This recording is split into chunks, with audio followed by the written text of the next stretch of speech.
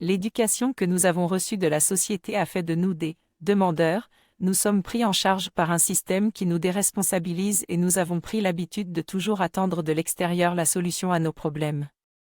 C'est pourtant justement ce monde extérieur qui crée les problèmes et les humains sont prêts à tout accepter pour que ce monde les délivre et leur apporte toutes les réponses. Nous avons ainsi abdiqué notre vie intérieure et notre pouvoir créateur en nous identifiant à la lumière des apparences.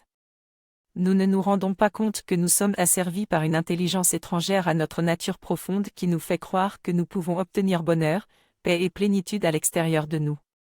La lumière extérieure ne veut pas que l'être humain s'éveille car elle perdrait son emprise et sa source de puissance. Seul celui qui s'éveille voit. Il acquiert la vision juste et s'aperçoit que les chemins extérieurs sont sans issue et que non seulement ils ne règlent pas les problèmes mais les inventent et les augmentent. Le seul vrai chemin est celui de la lumière intérieure tournée vers un monde supérieur sacré. Le monde extérieur est utile comme support et comme moyen d'éveil, il est une matière qui doit être travaillée et mise au service de la lumière intérieure. Nous vivons dans un monde de dualité, la lumière est en nous, mais l'obscurité aussi. Pour être libéré de ces forces sombres qui nous habitent, il faut travailler avec la lumière. La meilleure façon de travailler avec la lumière, c'est de s'unir avec le monde angélique et de faire entrer un ange en soi. L'union avec un ange est le commencement de la rencontre avec le monde divin. Le monde des anges est ce qui, des mondes supérieurs, est le plus proche de nous. S'adresser à son ange, le prier, lui parler est plus facile et concret que de s'adresser à un Dieu lointain qui est comme une abstraction. Dieu ne parle pas directement aux humains, il parle à travers ses messagers. L'ange est pour chacun de nous la lumière de Dieu, le représentant de la conscience supérieure divine. Comment accueillir l'ange en soi pour se libérer des forces sombres qui nous habitent? Il faut se concentrer sur la perception de ce qui est beau et vrai plutôt que sur les aspects négatifs de notre vie ou de la vie. Se concentrer sur ce qui est sombre fait grandir l'obscurité. Ceux qui regardent toujours le côté négatif deviennent souvent tristes et fanatiques. Mais il ne faut pas non plus devenir inconscient de la présence de l'obscurité en nous et autour de nous, il faut trouver un juste équilibre. C'est en vivant au quotidien en étant conscient de la présence de notre ange que l'on peut se libérer de l'ombre qui nous habite. Les pierres nous paraissent sans vie, inertes parce qu'elles sont immobiles. Mais le monde minéral est un monde à part entière, et vivant. La pierre ne bouge pas car elle est entièrement tournée vers monde divin. C'est ainsi qu'elle a acquis la capacité de porter l'évolution de tous les êtres et même de porter l'écriture de Dieu. C'est cette faculté d'immobilité parfaite qui fait que les pierres sont utilisées par le monde divin pour communiquer avec les humains. C'est pourquoi, à travers la méditation, nous cherchons à devenir immobiles, semblables à une pierre sacrée, afin que le divin puisse inscrire en nous ses messages de lumière, ses paroles de vérité. Le monde divin n'inscrit pas instantanément les choses dans le monde dense. C'est pourquoi il faut être capable de rester dans l'immobilité tout en cultivant l'ouverture et la réceptivité au monde supérieur. Cette immobilité doit être consciente et éveillée pour mettre en mouvement l'énergie intérieure tournée vers le haut. Apprends à quitter l'agitation du monde extérieur et à te calmer dans ton corps, tes sens, tes pensées. Commence par 5 minutes par jour. Essaie d'entrer dans un état de repos éveillé pour devenir réceptif à ce qui vient du monde divin. Sens-toi comme une pierre, tiens-toi dans l'inactivité apparente du corps tout en étant intensément actif à l'intérieur. Souvent, les êtres qui ont entrepris un cheminement vers Dieu à travers leur vie intérieure se cachent des autres. C'est comme s'ils avaient peur qu'on leur vole leur lumière. Et ils n'ont pas tout à fait tort, les êtres sombres recherchent désespérément la lumière et il faut être solide pour leur résister. Jésus a dit, « Ne jetez pas vos perles au pourceau ». De même qu'il n'est pas recommandé d'étaler sa richesse matérielle devant des êtres avides, il ne faut pas non plus montrer sa richesse intérieure devant des êtres fermés qui ne sauraient que la mépriser et la piétiner. Mais il ne faut pas non plus avoir peur de ses convictions intérieures. Si tu te montres peureux et faible quand tu es confronté à ceux qui ne pensent pas comme toi, ils feront grandir ta faiblesse. Sois fort de tes convictions et de ce que tu vis à l'intérieur, n'aie pas peur de ce que tu es et de ce que tu penses. Si ceux qui ont allumé leur flamme au feu divin refusent de la montrer, à quelle source ceux qui sont dans les ténèbres pourront-ils allumer leur bougie? Sois fort, entier et agissant. N'essaie pas 36 chemins. Si tu es sûr que ton chemin est le bon, qu'il te conduit vers ce qui est essentiel en toi, alors ne te cache pas et avance. Sois ce que tu es, et que ton être soit consacré à quelque chose de divin. Pour celui qui chemine vers Dieu, être fidèle consiste à ne pas remettre en cause les expériences sacrées qu'il a vécues quand il entre en contact avec un autre aspect des choses. Quand on a vécu des expériences authentiques de rencontre avec le divin, on ne peut faire autrement que de fonder toute sa vie et son avenir sur ces expériences. La fidélité au divin est comme la fidélité dans un couple. Si l'un et l'autre sont fidèles, heureux et amoureux, alors aucun trouble ni aucun doute ne peuvent pénétrer dans leur vie. Mais s'ils regardent à l'extérieur et se mettent à faire des comparaisons, ils peuvent en arriver à penser que ce qu'ils vivent est faux. La fidélité se développe lorsqu'on va jusqu'au bout des choses.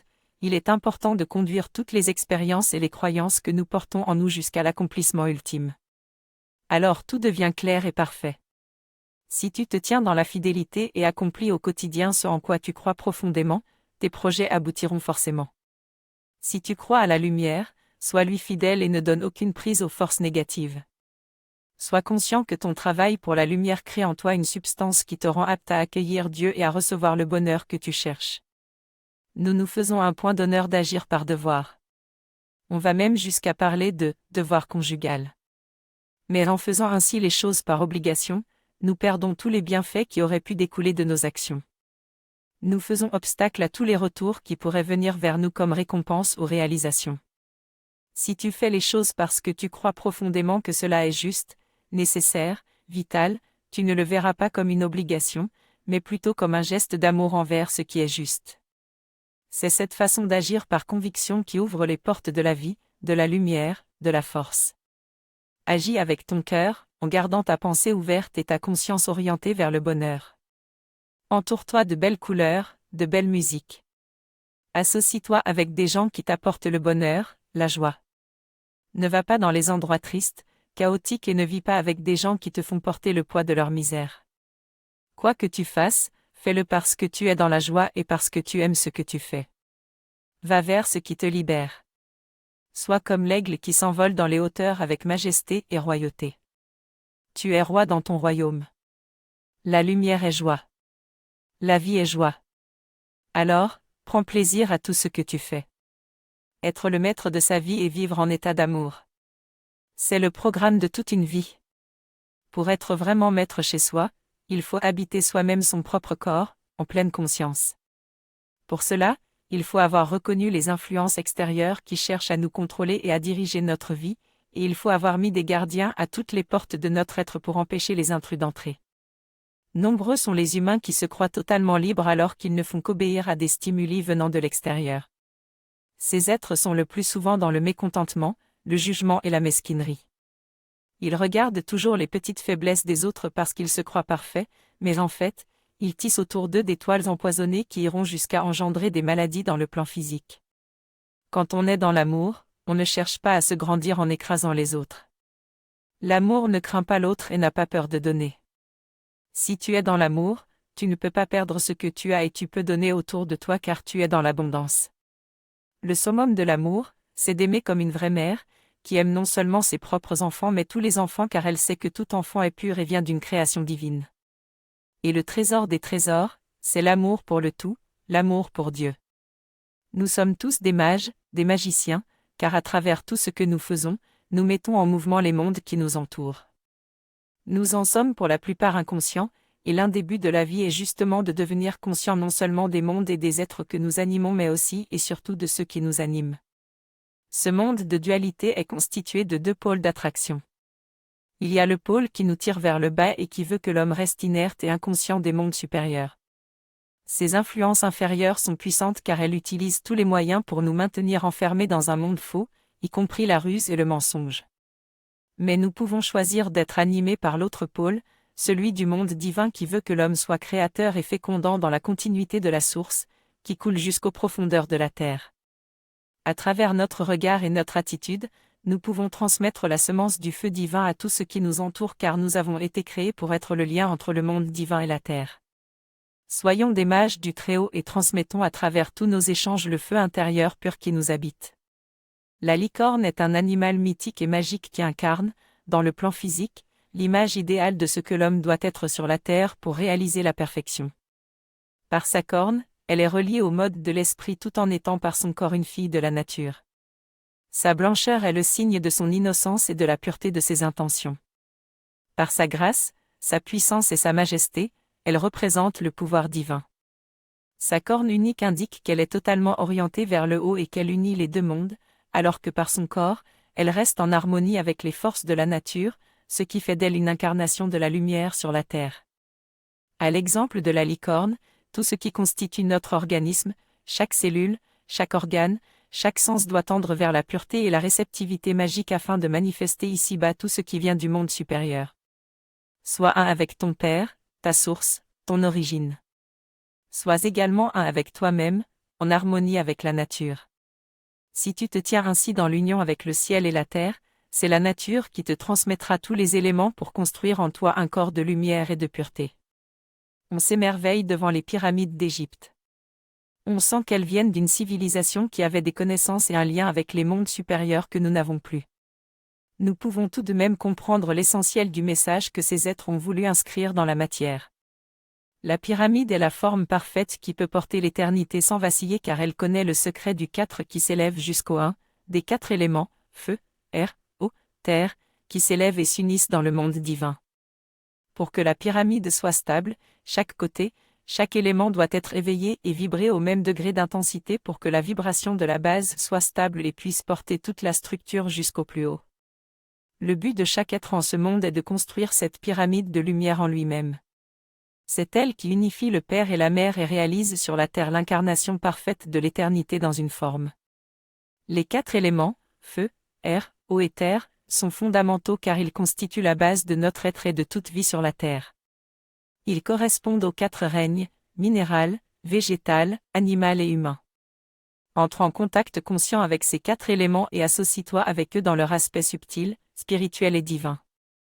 Ils t'apporteront la force et la ténacité pour que tu puisses élaborer la base de ton corps de lumière, qui persistera à travers toutes tes vies.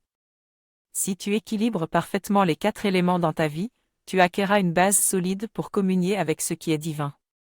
Ce qui est en haut est vérité absolue. C'est Dieu le Père. Ce qui est en bas est aussi vérité absolue. C'est Dieu la Mère.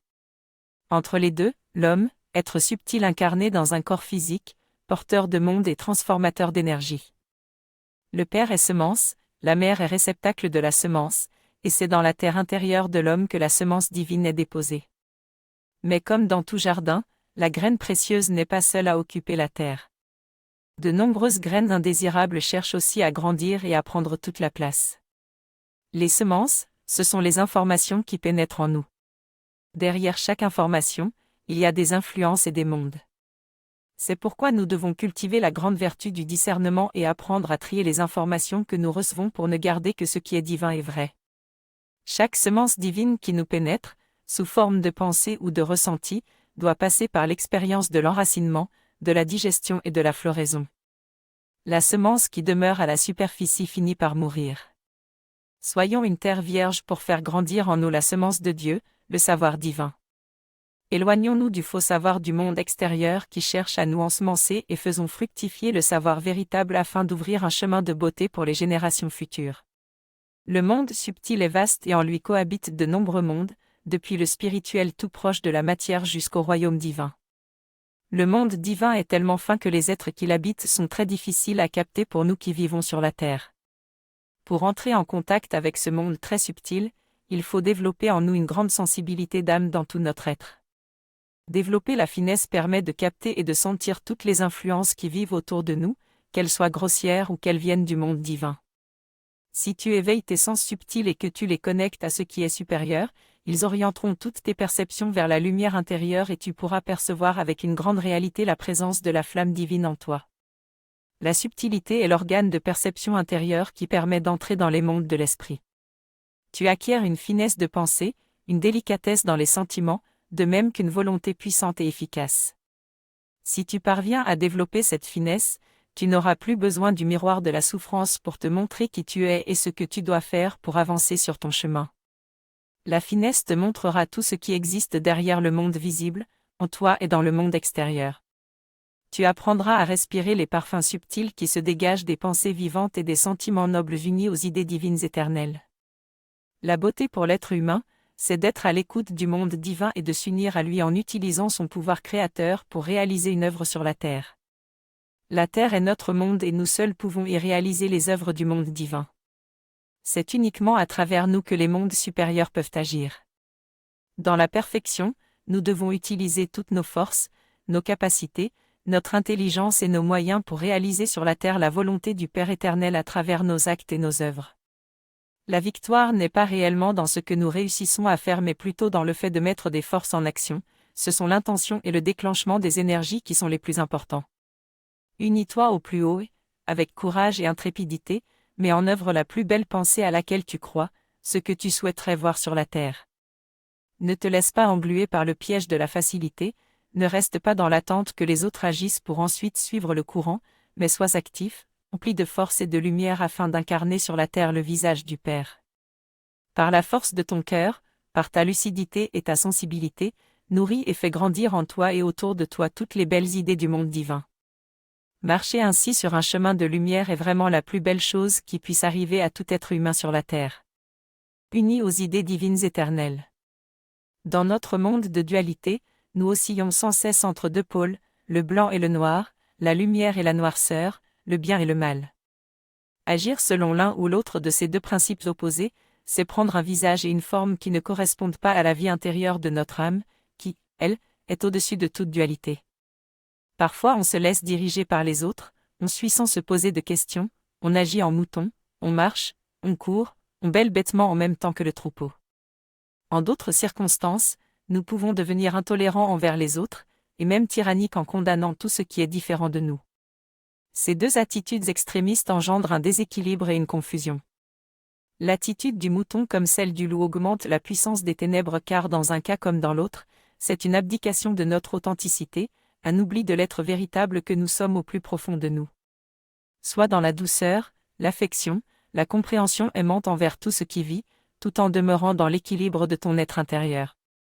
Apprends à t'adapter aux circonstances de la vie extérieure mais reste avant tout toi-même, vrai et fidèle à ton âme et à ton lien avec le divin. Quand nous nous plaignons de notre sort ou des circonstances malheureuses de notre vie, c'est que nous oublions que tout ce que nous vivons, c'est nous-mêmes qui nous le sommes programmés. Nous vivons dans nos propres projections et nos propres limitations.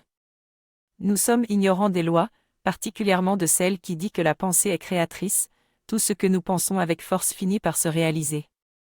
Quand nous en serons convaincus, nous pourrons nous construire un avenir merveilleux. Mais dans l'état actuel des choses, nous laissons toutes sortes de scénarios et de désirs chaotiques prendre le contrôle de notre espace intérieur. Tôt ou tard, nous habiterons la maison de ces pensées incontrôlées que nous entretenons aujourd'hui. Pour cesser de tourner en rond dans notre vision rétrécie de la vie, il faut apprendre à libérer notre pensée et à la fusionner avec le sans limite.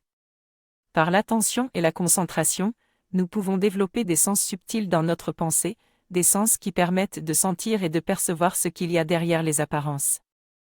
En élargissant ta perception et en laissant un espace au divin dans tes pensées et tes souhaits, tu permets que des éléments plus subtils viennent te féconder et te conduire vers un avenir plus joyeux et exaltant. Rappelle-toi que les pensées et les souhaits que tu aimais peuvent t'enfermer ou te libérer. Le plus grand libérateur divin dont nous nous souvenons aujourd'hui fut le Maître Jésus. Il est venu comme une opportunité sacrée pour l'humanité. Il apportait la lumière et la libération aux humains qui avaient perdu le chemin vers Dieu, mais il n'a pas été accueilli au moment où il vivait parmi nous. Ce n'est que plus tard qu'on a bâti tout un empire en se réclamant de lui. On en a fait un Dieu, un être non humain venu directement de la droite du Père. Cela faisait de lui un sauveur, mais non un ami et un guide qui nous montre le chemin par sa propre vie. On a convaincu les humains qu'il suffisait de croire en lui pour être sauvés, et depuis 2000 ans, nous avons délaissé le travail sur soi, pourtant nécessaire sur le chemin vers la sagesse. Comme tous les maîtres qui, au cours des siècles, sont venus nous ouvrir une fenêtre vers le monde divin, le Maître Jésus avait d'abord travaillé sur lui avant de pouvoir apporter la lumière jusque dans la réalité terrestre. Ce n'est qu'après avoir triomphé de maintes épreuves qu'un être devient un maître, une écriture divine sur la terre. Aujourd'hui encore, le monde divin continue à nous parler à travers des maîtres authentiques, qui sont son visage et ses mains sur la terre. Alors, levons-nous et mettons-nous au travail pour donner de la force à la lumière qui nous vient à travers eux. Nombreux sont ceux qui se demandent pourquoi il y a tant de malheurs et de difficultés dans la vie, pourquoi notre monde est ainsi dominé par des êtres qui amènent sur la terre le côté non divin, la non-lumière. Au commencement des temps, alors que l'homme descendait dans la matière sombre, Dieu lui donna 2 trésors, les céréales et le feu. Les céréales sont le grain enfoui dans la terre de l'homme. Quant au feu, il est le grand ami qui fait germer le grain et protège l'homme de tout envahissement ténébreux. Le feu a été placé dans la maison de l'homme et de la femme, qui a été appelée foyer. Emplis d'amour et de sagesse, l'homme et la femme devaient ensemble prendre soin de ce feu qui les éduquait et leur montrait l'autre monde. Mais les hommes n'ont pas entretenu la flamme de la vie, n'ont pas pris soin du feu de l'amour. Ils ont laissé la maison à l'abandon et les ténèbres ont tout envahi.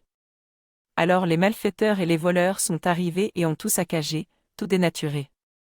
Dans son malheur, l'homme a pleuré, il a crié au secours, mais il n'a pas rallumé le feu, il l'a abandonné, ne lui a pas été fidèle. Quand tu pries, demande que le grain divin que tu portes soit toujours accompagné de la présence divine. Veille à ce qu'une flamme soit toujours allumée dans ta maison intérieure afin que l'obscurité ne puisse s'y installer.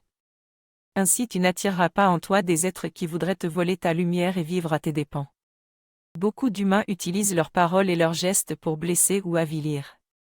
Ce n'est pas là le chemin de celui qui marche vers la lumière. Nous avons le droit de nous défendre et de défendre ce que nous croyons être vrai, mais nous ne devons jamais nous servir de nos sens pour faire du mal ou pour détruire les êtres et les choses. Nos 5 sens sont des organes merveilleux conçus pour manifester ce qu'il y a de plus beau dans la vie, pour magnifier la création et le Créateur. Leur but premier est l'éveil et l'organisation de la lumière en l'être humain et autour de lui. Si nous sommes entourés de tant de beauté à travers la nature, les montagnes, les fleurs, la végétation luxuriante, c'est pour nous éveiller dans tous nos sens et former en nous des organes qui nous permettent de créer en nous un monde de beauté et de grandeur. Tous nos frères humains portent quelque chose de beau, en eux et dans leur apparence extérieure. À travers tous les éléments qui peuvent être captés en chacun, nous pouvons avoir un aperçu du visage du Père. À partir de nos sens, de ce que nous disons, faisons, touchons, nous pouvons créer un monde divin à l'intérieur du monde. Par notre conscience de ce qui est beau dans le monde, offrons un corps, une parole et des gestes à la lumière afin que le divin vive sur la terre, au milieu de nous. Le monde divin ne peut descendre dans le monde des hommes car il y a une incompatibilité de substance.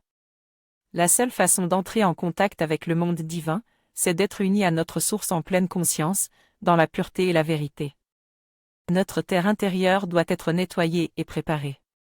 Si nous demeurons dans l'inconscience, nous faisons partie de la terre de mort, qui redeviendra poussière. La porte de la conscience en nous, c'est le mystère du feu de Michaël. Ce chemin passe par la purification des 4 éléments qui nous composent, la terre, l'eau, l'air et le feu. C'est le but visé par les formations esséniennes des 4 corps de terre, d'eau, d'air et de feu. Au terme de ces formations dans la nature, l'Essénien reçoit le nom de la mer, qui correspond à sa mission sur la terre. Seuls peuvent s'approcher du feu pur et sacré de l'archange Michaël ceux qui sont capables d'être des porteurs de la lumière d'une façon impersonnelle, pure et vraie. Michaël est le feu de l'amour authentique et il consume tout ce qui est faux, tout ce qui n'entre pas dans l'éternité. Il faut donc parvenir à être totalement pur et vide du monde de l'homme, car devant lui, aucun mélange n'est possible. Dormir et rêver sa vie, c'est être dans une conscience souterraine. Celui qui ne fait que rêver ne dirige pas sa vie, ce sont d'autres êtres, qu'il ne connaît pas et qu'il ne voit pas, qui s'emparent des commandes de sa destinée et le guident à son insu vers les ténèbres. Vivre une vie uniquement mortelle et inconsciente, c'est se soumettre à l'inconnu et s'offrir pieds et poings liés à des êtres sombres qui ont pour seul but de nous ensemencer et de vivre selon leurs propres intérêts à travers nous. Nous offrons alors à ces êtres qui vivent dans les mondes subtils un corps qui leur permet de vivre dans le monde manifesté. Vivre la lumière peut nous paraître une utopie dans l'état du monde où nous vivons. Ce n'est pourtant qu'un changement de point de vue à adopter. La lumière est comme le soleil, qui paraît s'évanouir pendant la nuit mais qui est toujours là et reparaît à l'aube. C'est la conscience de la grande réalité universelle dans laquelle nous sommes inscrits. Si tu es conscient de la lumière, tu vas automatiquement te réorienter vers elle et ta vie deviendra aussi différente que ta vie sous le soleil est différente de ton sommeil. La terre est ce qui nous porte, nous nourrit, nous nettoie et même nous inspire. De même que nous sommes portés par elle, nous portons nous-mêmes une terre en nous et autour de nous. C'est ainsi que le monde divin peut venir et agir sur la terre à travers le monde intérieur de l'homme. En permanence, nous créons autour de nous un monde qui est l'habillage de notre monde intérieur, la résonance des mondes invisibles qui viennent nous visiter. En comprenant cette subtilité, nous comprenons l'importance d'assumer les conséquences de nos pensées, de nos paroles et de nos actes, autant dans les mondes invisibles que dans le monde visible. Développons notre sensibilité et nos sens afin de prendre conscience de ce qui vit à travers nos pensées, nos yeux, nos oreilles, nos habitudes, notre façon de vivre. Tout ce que nous vivons à l'extérieur est le révélateur de ce que nous sommes à l'intérieur, de ce que nous voulons et de ce que nous acceptons de vivre. De même que nous avons la vie parce que la terre nous porte, nous-mêmes devons porter la terre de lumière au-dessus de nos têtes, et tout autour de nous. Les artistes sont souvent vus comme appartenant au monde du divertissement. Mais la fonction fondamentale de l'artiste est beaucoup plus grande et noble. Il a pour mission d'unir le ciel et la terre en créant dans la matière la beauté et la perfection.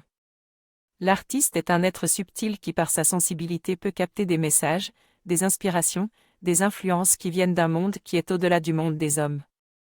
Les véritables artistes sont des êtres fécondés par le haut, contrairement aux matérialistes qui sont fécondés par le bas. La fécondation par le haut amène l'ouverture des oreilles, des yeux, de l'intelligence et des centres subtils qui conduisent l'énergie jusque dans les mains afin qu'une œuvre apparaisse et se manifeste.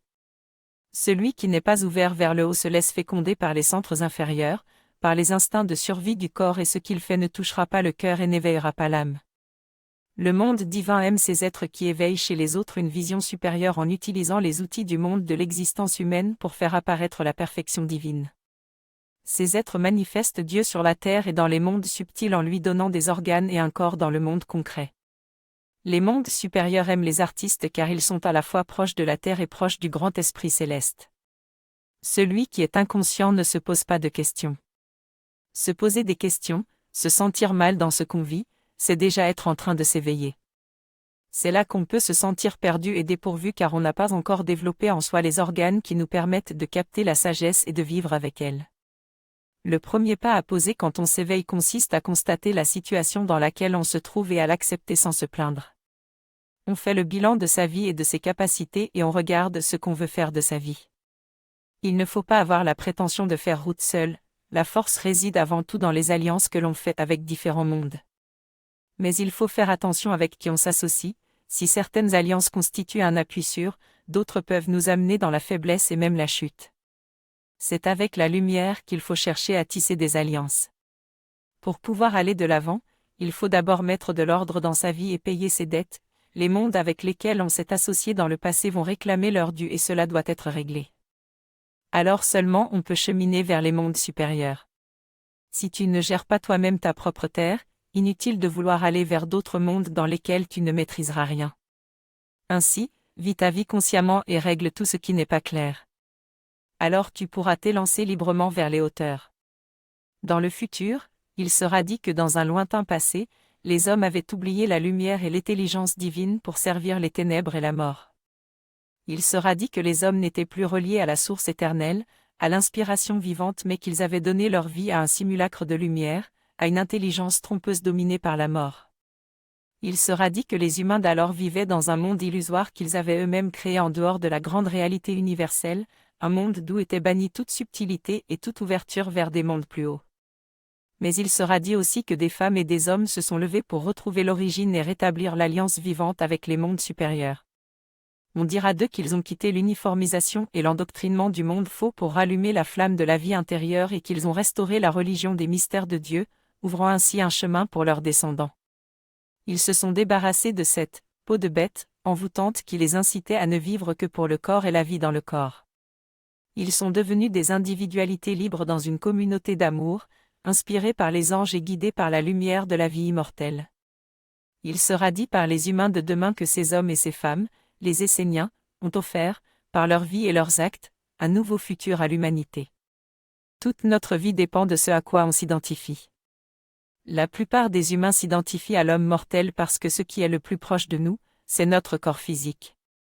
Il prend tellement de place qu'il nous empêche de voir l'être global que nous sommes. Le concept de l'homme mortel est une image envoûtante qui enveloppe et guide toute l'humanité.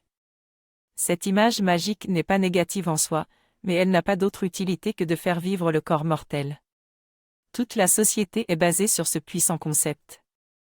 Tout ce qui s'offre à nos yeux, à nos oreilles, à notre réflexion dans le monde qui nous entoure tourne autour de l'idée du corps et de la vie physique. Quand sommes-nous invités à penser à notre âme, à notre être global, à ce que nous sommes en dehors de notre quotidien terrestre? Si ce monde hypnotique qui nous entoure ne favorise pas cette prise de conscience, nous devons nous en détacher par nous-mêmes et éveiller en nous la présence de notre être céleste. Nous avons le choix de vivre comme si nous n'avions que notre vie terrestre ou de vivre comme des âmes de lumière immortelles.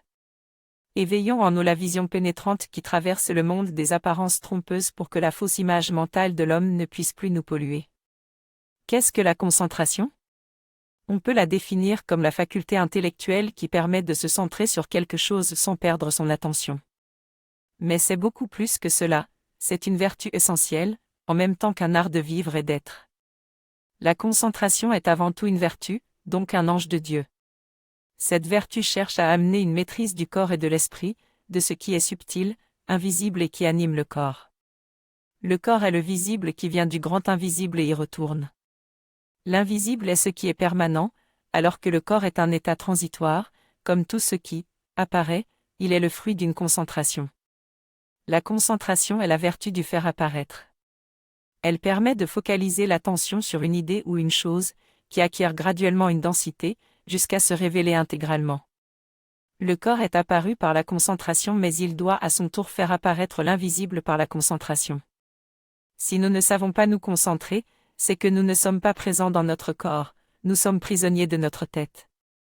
La concentration permet de focaliser la volonté mais elle éveille en même temps la vie intérieure qui permet de voir toutes les influences à l'œuvre autour de nous. Sans concentration, on ne peut rien réaliser de concret dans notre vie. La concentration parfaite, c'est rendre Dieu présent dans notre vie. C'est faire apparaître la réalité du monde de la lumière sur la terre. Il ne faut pas croire que chacun de nous n'est pas grand-chose sur la terre. Au contraire, c'est nous, et chacun de nous, qui la fécondons et qui faisons apparaître l'avenir de l'humanité, des animaux, des plantes, des pierres et des éléments. Tout est entre nos mains. Qu'on le veuille ou non, tout ce qui nous arrive actuellement est une conséquence des associations que nous avons faites et continuons de faire avec des mondes subtils. Dans notre naïveté, et parce que nous nous sommes éloignés de l'influence du monde divin, nous nous sommes mis sous la gouvernance des influenceurs malsains. Nous avons ainsi abdiqué notre pouvoir créateur en laissant ces êtres créer notre futur et notre destinée à travers les semences qu'ils déposent en nous. Tout ce que nous accueillons en nous ensemence et finit par se réaliser d'une façon ou d'une autre. Les résultats peuvent être immédiats ou prendre des années à se manifester, mais ce qui est sûr, c'est que nous vivrons la destinée qu'on aura semée, ou laissé semer, par un monde qui nous a usurpés. L'important est de s'éveiller et de comprendre que tout ce que nous laissons entrer dans notre ciel intérieur finit par toucher terre et engendrer des répercussions. Demeurons donc vigilants afin de ne pas laisser n'importe quel monde ensemencer notre vie intérieure. Tout est en ordre dans l'univers et chaque chose a sa raison d'être. Est-ce que la mère se lamente et crie à l'injustice devant son enfant qui pleure parce que ses dents sortent? Non, elle voit plus loin que la souffrance immédiate, elle sait que cette épreuve est dans la nature des choses parce que son enfant aura besoin de ses dents. Il ne faut pas s'arrêter à l'aspect négatif momentané d'une situation car en toute chose il y a une sagesse plus haute. Il faut être capable de prendre de l'altitude pour acquérir une vision d'ensemble, la vision de notre âme. Celui qui ne regarde les situations qu'avec une vision terre-à-terre et mortelle finira par se révolter devant certaines souffrances qui lui paraîtront injustes.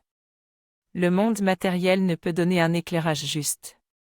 La seule réponse valable vient toujours des mondes supérieurs et de la vision immortelle. Sans cette vision, nous sommes comme des aveugles dans notre propre vie. Mais il ne faut pas seulement chercher une réponse pour comprendre une situation particulière qu'on traverse. Il faut éveiller en nous l'intelligence vivante de Dieu et sa sagesse agissante pour donner du sens à tout ce qui nous arrive. Il est facile de constater que nos gouvernements et nos systèmes de vie sont basés sur le mensonge et non sur l'honnêteté. Nous nous y sommes habitués et nous essayons de faire avec, en nous protégeant comme on peut. Le mensonge gouverne par la peur et nous plonge dans l'instabilité et l'inquiétude. Il apporte la confusion, le désordre et engendre le malheur et la pauvreté. On pourrait croire que les menteurs réussissent mieux que les gens honnêtes, mais ce n'est qu'une apparence, une illusion de réussite. Fondamentalement, c'est un échec car ce qui n'est pas profondément honnête finit par détruire notre être subtil et l'offrir à la domination des mondes sombres. L'honnêteté est une vertu divine qui conduit tout ce qui existe dans la grandeur et l'harmonie en tissant un lien vivant entre le ciel et la terre. L'honnêteté permet de nous centrer en nous-mêmes et de tout équilibrer. L'honnêteté commence avec soi-même en relation intime avec Dieu, avec le sacré.